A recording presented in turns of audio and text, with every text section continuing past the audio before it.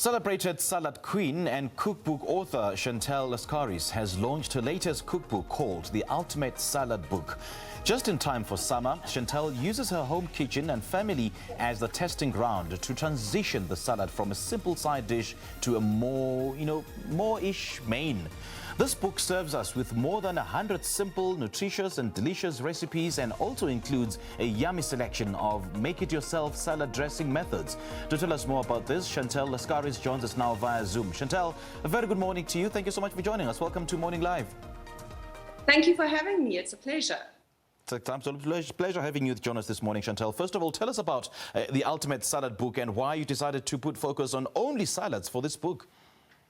Okay, so it originally started a couple of years ago because I wrote my very first book on salads, and it was called All Sorts of Salads. Yeah. And that actually started a whole trend of an additional 4 cookbooks, all under the All Sorts kind of label. But what I wanted to do was go back to the original book, The All Sorts of Salads, and I wanted to do a bigger and better version of it. And that's why the Ultimate Salad Book came from, because I wanted to bring more ideas to people, show them how important salads are and actually how easy they are and how tasty they can be. Yeah. You are known as the Salad Queen. Just tell us more about where this journey began and how it has been thus far. Okay, so I originally was in the corporate world. I had nothing to do with food. The only thing I knew about food was the restaurants and how to speed dial them. And you know, where the fridge was where the milk was, and that was the sum total of what I knew about my kitchen. So, but I'd always loved food. And then we used to travel a lot up to Botswana, to the bush. And up there we have no electricity. So it can be quite challenging on day 4 to have another salad with lettuce.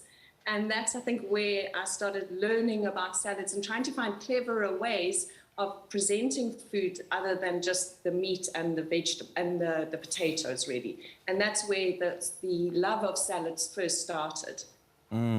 Yeah, you've used your own kitchen and family as a guinea for making salads into mainish dishes, if I were to put it that way. And I know that my colleague Lebo absolutely loves your kitchen. She said that after the show, we're definitely going to drive to your kitchen to take pictures there. Now, tell us more about this, Chantal, and how people have been responding to this experiment.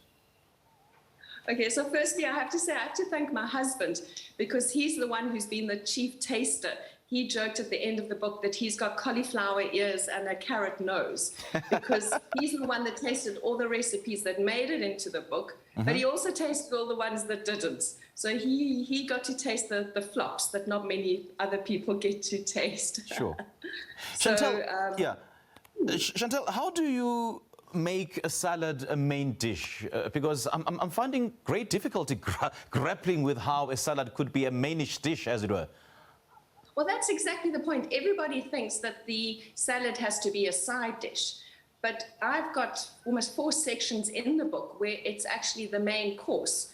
So I bring in a lot of protein into the salad. Okay. So whether you're a meat eater, there's steak in the salads, there's chicken in the salads, so that makes you suddenly a lot fuller, and you're getting all the nutrients that you need in one plate of salad. So there's fish as well. And then I use a lot of the pulses like chickpeas and lentils, and those are very filling also, which makes it a main course. And can you really eat your way to a better mental health? And are salads and greens the answer?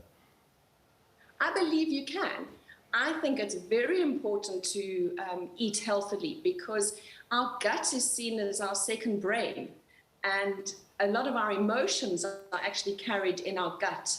So if we're actually giving our bodies the wrong kind of fuel, the wrong kind of food, we're not going to have great mental health. Or physically, we often see it in our physical attributes. We see that we've put on weight, we've got spots, our skin doesn't look great, but actually it also affects our mental health.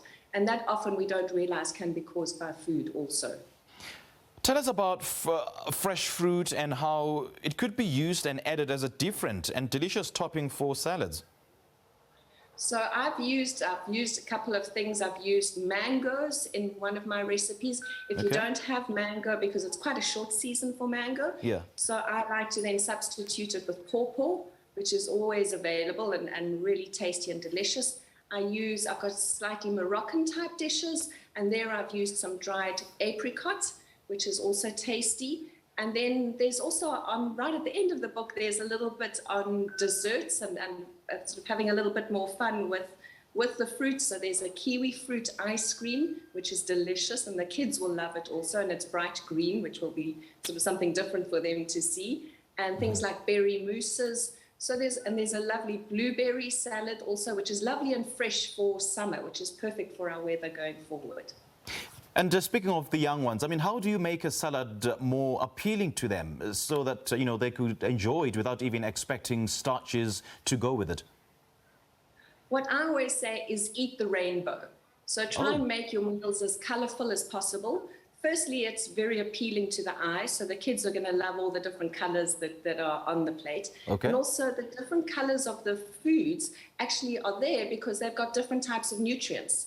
So the more diverse the color, the wider the range of nutrients that you're getting. And also sometimes you can have fun with the salad in the way that you present it. You can make funny faces, with your carrots and things like that and your cucumbers. Right, you can have fun with the kids.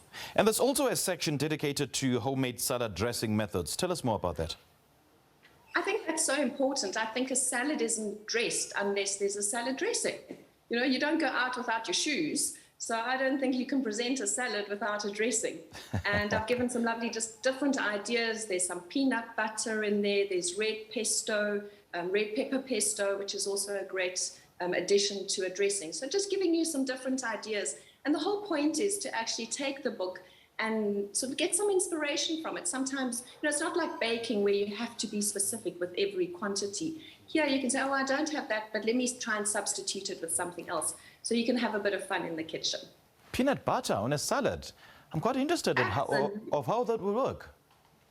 It's delicious. It makes a really great dressing. So, it's not just peanut butter, but you mix it with some other ingredients and you sort of make it a bit more runny. And it also works well because you can scatter some peanuts on top of the salad. I also like doing that sort of thing, putting some seeds and nuts into the salads, because again, it gives you a little bit of crunch, which is quite nice, and then also you're getting the added nutrients. Okay, and for salad making beginners, what advice do you have for them, and what are some of the ingredients that are easy to start with? Well, I think we all know the very classic salad, so I would like to say to people, forget about the lettuce sometimes. A salad doesn't always have to have lettuce. So that's, for me, is like the first premise. You don't always have to start with the lettuce. And if you do, it doesn't have to be the iceberg lettuce. Look at some other things that have got slightly different colors. And just keep it simple. It doesn't have to be fancy. And also, you don't have to throw the whole fridge into the salad.